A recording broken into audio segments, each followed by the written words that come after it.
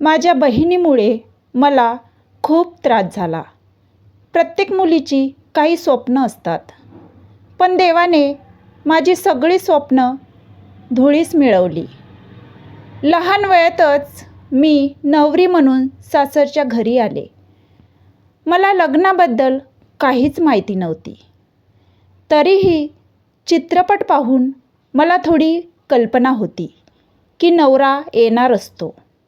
लग्नाच्या रात्री माझा बुरखा उचलला जाईल, माझी स्तुती केली जाईल, मला लाज वाटेल. पण मला हे माहीत नव्हतं की ही रात्र माझ्यासाठी खूप वेदनादायी असेल. माझी बहीण माझ्यासोबत झोपायची.